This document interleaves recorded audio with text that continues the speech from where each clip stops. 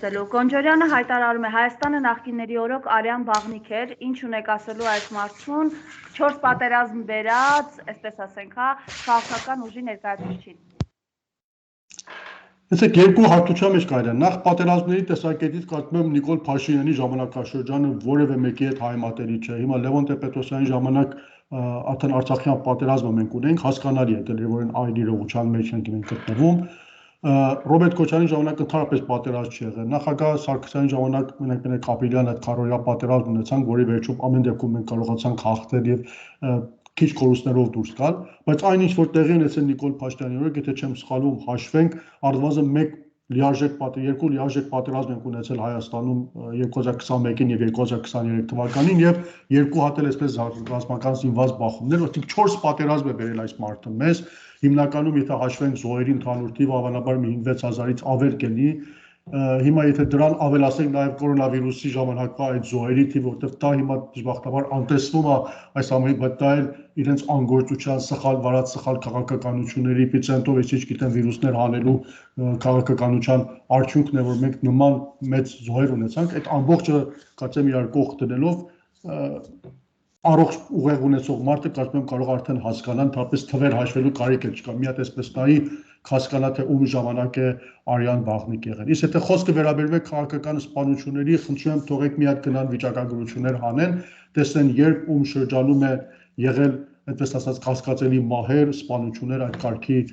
դեպքեր ավելի շատ եղել, քաջում եմ եւ վստահ եմ, որ Նիկոլ Փաշինյանի օրոք շատ ավելի մեծ թվերի վրա են կանգնելու, ինչը կարծում եմ այս մարդիկ մի քիչ այդպես ասած հետո պարտավոր են լինելու իրենց գնահատականների մեջ այդպես ասած փոփոխություններ, că Հայկ Գոնջարյանը հավանաբար տարիքի բերումով շատ ամեն ինչը լավ չի հիշում,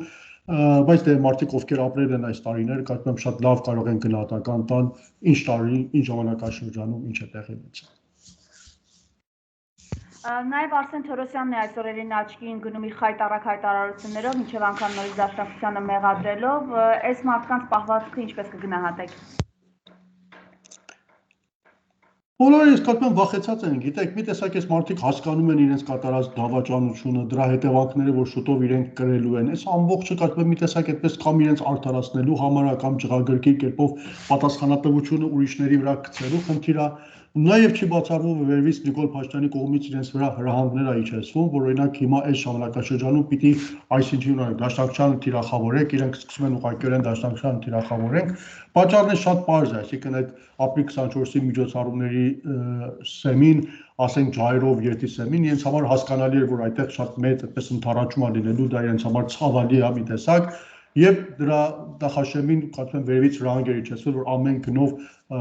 ազգային ժողովի նիստերի ժամանակ տարբեր հրապարակումներում ինչքան կարող եք թիրախավորեք դաշնակցությանը, փորձեք հիմա ինչ հիմարություններ ուզում եք կարևոր չի, բայց միայն դուրս տվեք հիմարություններ, որպես ինչքան հնարավոր լինի քննարկել։ Վերջնաշոտ տեսնում եք մամուլում տարածվում են դրանք, հիմա որից շատերն չեն գնում, տեսնում այդ կատարած հայտարարությունները որքան հիմնավոր են, որքան ճիշտ են, որքան սխալ են, եւ սկսվում է քննարկվել։ Հենց այդ քննարկումը կարծում եմ իրենց օգնում է, որպեսզի կարողանան մի տեսակ այդպես միտոնոց ձևավորել, բայց բարեբախտաբար մեր ժողովուրդը կարծում եմ արդեն գիտակից այն ընթառաջումը, որ ցույց տվեց ջայրով երթի կապակցությամբ արդեն խոսում այն մասին, որ այս մարդիկ անօգուտ աշխատանք են տանում։ Հիմա դաշնակցությունը իր 135-ամյա պատմությամբ գոյություն ունի, կա, շարունակելու է մնալ։ Նիկոլի նման այսպես տասնյակ իշխանություններ եկել են, գնացել են, ամենածանր ժամանակաշրջանները թիկունքում թողել է, իր գոյությունը պահպանել է եւ չեմ կարծում, եթե ասած Արսեն Թորոսյանների նման հայտարարություններից որից է մեկը վիրավորվում է կամ պետք է այդպես ասած ուրեմն հակադարձի։ Հիմա վիրավորական կերպով շատերից դաշնակ են ասում, Facebook-ում կարդացի մեր ընկերներից մեկը, կարծեմ շատ լավ, ավելի լավ է որ մեզի դաշնակ ասեն, քան ասենք թուրք կամ դավաճան, իրենք թուրք դավաճաններ են, դրա մասին կարծում եմ որից է մեկը այլևս կասկած չունի։ Հիմա թող մեզ հիմա դաշնակել ասեն, այդ բառը կարծում եմ մի տեսակ նաև պատիվ է տալիս մարդկանց, ովքեր նաև դրա մեջ ինչ-որ կերպով հեղափոխականություն, ազգայնականության այդպես նշաններ կան։ Եվ մեր ժողովուրդը կարծում եմ ավելի գիտակից է, շատ լավ հասկանում է թե ինչ է կատարվում։ Կարծում եմ այդ վեճի ժամանակ դուք տեսաք Եվ Գեղամանուկյանը Վահագն Ալեքսանյանին իր տեղը ցույց տվեց, Ալեն Սիմոնյանի պատասխանին հետ կապված ուզում ձեր գնահատականը տաք, դե որ գլուխները պատով տալու լինի, ձեր վրա գլուխ չի մնա, ինչ ունեք ասել այս մարդուն։ Ալեն Սիմոնյանին բոլորս գիտենք արդեն իր պահվածքին գիտենք, լկտի պահվածքը կարծում եմ այդ մարդը մանկության շրջանում լուրջ ճնշումների ենթակա եղել հոգեբանական, գուցե ֆիզիկական, հիմա կարծում եմ այդ ամեն ինչը հիմա դրա այդպես ասած արտացոլանքն է, որ հիմա հասուն տարիքում նման պահվածք է ցուցաբերում իրանից, մարդիկ ընդհանրապես այդպես իրենց պահում, իրենց դիրքը չեն հասկանում ինչա, ովքեր նույնիսկ չէին էլ երևակայում ժամանակին նման պաշտոնների հասնել, հիմա պատկերացրեք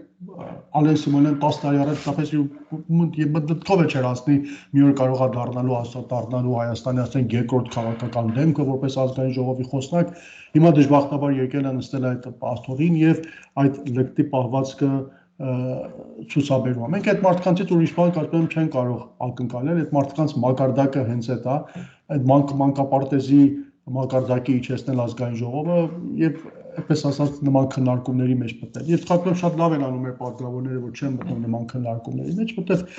ամեն դեպքում այդ մարդիկ այդ են մակարդակը, ժողովուրդը երկու կողմին էլ տեսնում է, իսկ մի շեշտն ամեն դեպքում այդ ուղիղ եթերա գնում, ժողովուրդը տեսնում են, ուրիշների պահվածքն է տեսնում են։ Հիմա մենք ազգային ժողովի նախագահ առաջինը չի, որ Ալեն Սիմոնյանին ունեցել ենք, մենք տարբեր ազգային ժողովի նախագահներ ենք ունեցել տարբեր ժամանակաշրջաններից, հիմա սկսած Կարեն Դեմիրճյանից վերցած, ցավալիորեն եկել ենք հասել ենք մինչև հիմա Ալեն Սիմոնյանին, բայց ամբողջ ժողովուրդը կարող է ինքը այդ պահվածքները հայմատիր այդ, տեսնի ով որտեղ է կանգնած ինչ մակարդակի վրա է։